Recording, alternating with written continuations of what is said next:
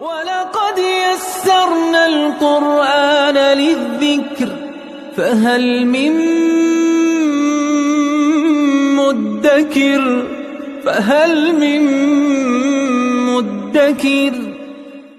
اعوذ باللہ من الشیطان الرجیم بسم اللہ الرحمن الرحیم الحمد للہ رب العالمین وصلی اللہ علی سیدنا محمد وآلہ الطیبین الطاہرین اللہم صلی علی محمد وآل محمد وعلی آلہ الطیبین الطاہرین اما بعد اعوذ باللہ من الشیطان الرجیم یسألونک ماذا احل لهم قل احل لکم الطیبات وما علمتم من الجوارح مكلبين تعلمونهن مما علمكم الله فكلوا مما أمسكن عليكم واذكروا اسم الله عليه واتقوا الله إن الله سريع الحساب صدق الله العلي العظيم۔ پروردگار عالم نے سورہ مائدہ کی آیت نمبر 4 میں مسلمانوں کے ایک سوال کو بیان فرمایا۔ جیسا کہ قرآن کی آیات آپ کے سامنے ہیں، بعض آیات کا لب و لہجہ سوال کا ہے اور وہ یسألونک اس لفظ سے ان آیات کا آغاز ہوتا ہے، یعنی لوگ آپ سے سوال کرتے ہیں۔ قرآن کریم کی یہ روش بہت خوبصورت ہے، فقط ان کے جواب کو بیان نہیں کیا بعض آیات میں، ان کے سوال کو اسی انداز میں بیان کیا۔ پھر پروردگار عالم نے ختمی مرتبت کو جو جواب بتایا، اس جواب کو بھی پروردگار عالم نے ذکر فرمایا۔ تو اس آیت میں فرمایا یسألونک ماذا احل لہم، وہ آپ سے سوال کرتے ہیں کہ ان کے لیے کیا حلال قرار دیا گیا ہے، کون سی چیزیں ان کے لیے حلال ہیں۔ البتہ یہ سوال بہت جامع ہے، اس میں بہت جامعیت ہے۔ اگر ختمی مرتبت اس کو ایک ایک چیز گنیں، مثال کے طور پہ پرندوں کی لسٹ دیں، پھر جانوروں کی، پھر جو اہلی جانور ہوتے ہیں، پھر جو جنگلی جانور ہوتے ہیں، اس طرح پھر جو دریائی مخلوقات ہیں، اس طرح سے اگر وضاحت تو بہت لمبا۔ قرآن کریم کی بھی یہ روش نہیں ہے اس طرح سے کہ ایک ایک مورد جو ہے مثلا 10 چیزوں اس کو بیان کیا جائے، یہ چیز حلال ہے، یہ حلال ہے، یہ حلال ہے، اس طرح سے نہیں ہے۔ بہت خاص مواقع میں چند چیزوں کا قرآن کریم جو اہم ہوتی ہیں ان کا نام بیان فرماتا ہے۔ تو یہاں پہ جب یہ سوال کیا گیا کہ وہ آپ سے سوال کرتے ہیں کہ کون سی چیزیں ان کے لیے حلال ہیں، کیا حلال ہے، قرآن کریم نے بہت جامع جواب دیا ہے۔ فرمایا قل، آپ کہہ دیجئے احل لکم الطیبات، کہ تمہارے لیے پاک و پاکیزہ چیزیں حلال قرار دی گئی ہیں۔ اب دیکھیں جو لفظ استعمال کیا ہے طیبات، اس میں پوری جو حلال چیزیں ہیں ان سب چیزوں کو سمیٹ دیا پروردگار عالم نے۔ ایک ٹرم ہے، ایک ورڈ ہے، ایک اصطلاح ہے طیبات، اس میں جتنی حرام چیزیں ہیں اس میں وہ ساری کی ساری اس سے نکل جائیں گی۔ جتنی اس دنیا میں اس کائنات میں حلال چیزیں انسان کے لیے جن کا کھانا حلال ہے وہ سب کی سب طیبات میں آ جاتی ہیں۔ اس لفظ میں اتنی وسعت ہے، یعنی جن چیزوں کا کھانا انسان کو پسند ہے، جو چیزیں انسان کے لیے مفید ہیں، جن چیزوں کے ظاہری طور پہ، باطنی طور پہ ہر طرح کے مفید اثرات انسان کے لیے پروردگار عالم نے جن کو انسان کے لیے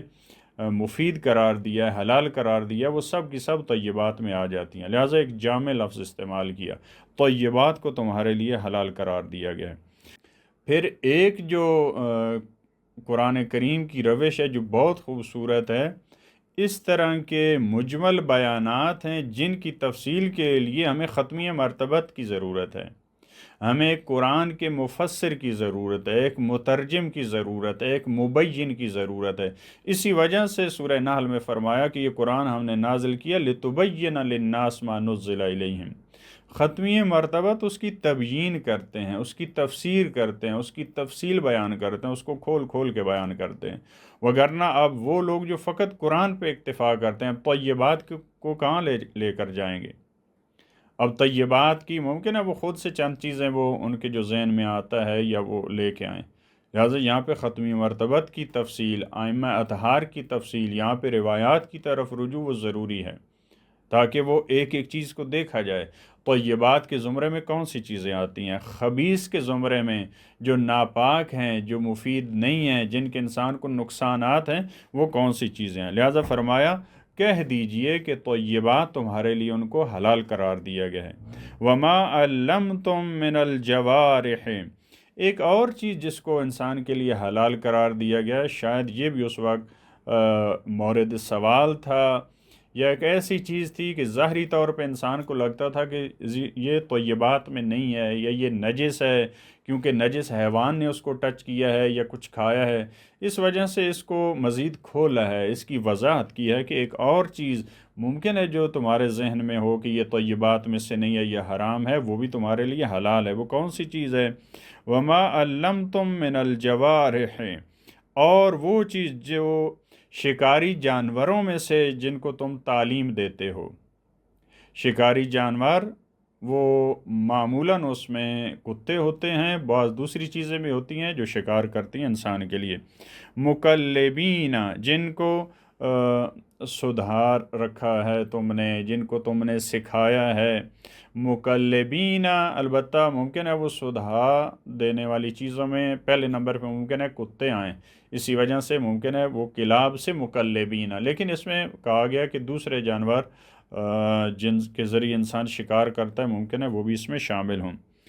تعلمونہن، جن کو آپ سکھاتے ہیں، جن کو تعلیم دیتے ہیں، جن کو آپ شکار کے لیے بھیجتے ہیں۔ مما علمکم اللہ، اس میں سے آپ نے ان کو وہی سکھایا ہے، وہ تعلیم دی ہے، ایسے تعلیم دی ہے، ایسے سدھایا جیسے اللہ نے تم کو سکھایا ہے۔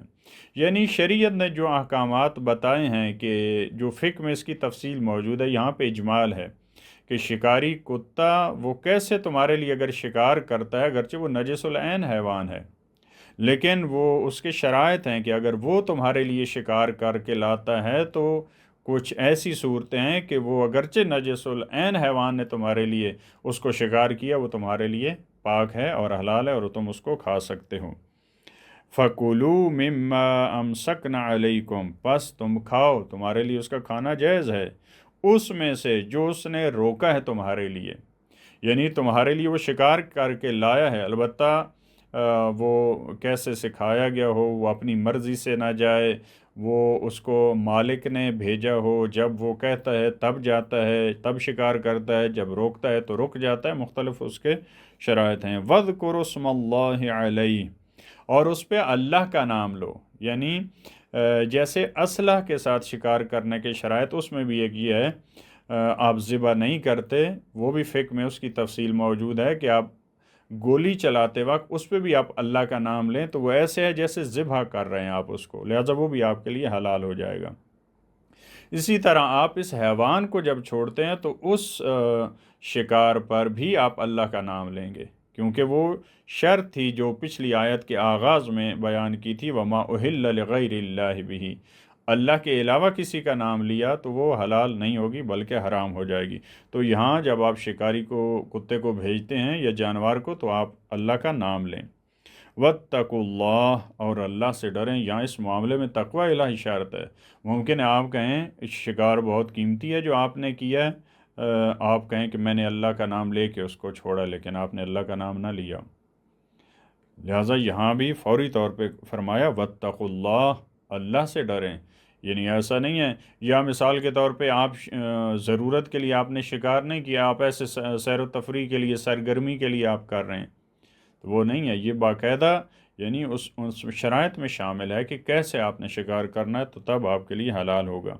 ان اللہ سریع الحساب، یقیناً اللہ بہت جلدی حساب کرنے والا ہے، وہ سریع الحساب ہے۔ دیکھیں پروردگار، ہمیں ضرورت ہوتی ہے کہ ہم نے سنا ہے یا نہیں سنا، اس نے بندے نے نام لیا ہے یا نہیں لیا، اس کی نیت کیا تھی۔ پروردگار عالم کو تو ان چیزوں کی ضرورت نہیں ہے، پروردگار کو یہ ضرورت نہیں ہے کہ ہم بلند نام لیں یا آہستہ نام لیں، ہمارے اندر کیا، ہماری نیت میں کیا، ان تمام چیزوں کو پروردگار عالم کو ان کی ضرورت نہیں ہے۔ لہٰذا یہ اس معاملے میں یہ تقوی سے یا مراد شکار کے معاملات میں تقوی ہے۔ پروردگار عالم جس موضوع میں تقوی الہی اور تقوی کی سفارش کرتا ہے پروردگار عالم، وہ اسی موضوع سے خصوصی طور پہ ریلیٹڈ ہوتا ہے۔ یہاں پہ یعنی شکار کے معاملات میں آپ تقوی الہی سے کام لیں، ایسا نہ ہو کہ آپ تھوڑی سی یہاں پہ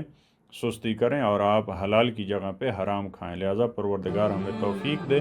کہ جو شریعت کے احکام ہیں، خصوصاً فقہ کے احکام اور جو حلال اور حرام چیزوں کے احکامات ہیں، پروردگار ہمیں ان پہ پابندی کی اور ان میں دقت کی توفیق عطا فرمائے۔ اللہم صلی علی محمد و آل محمد۔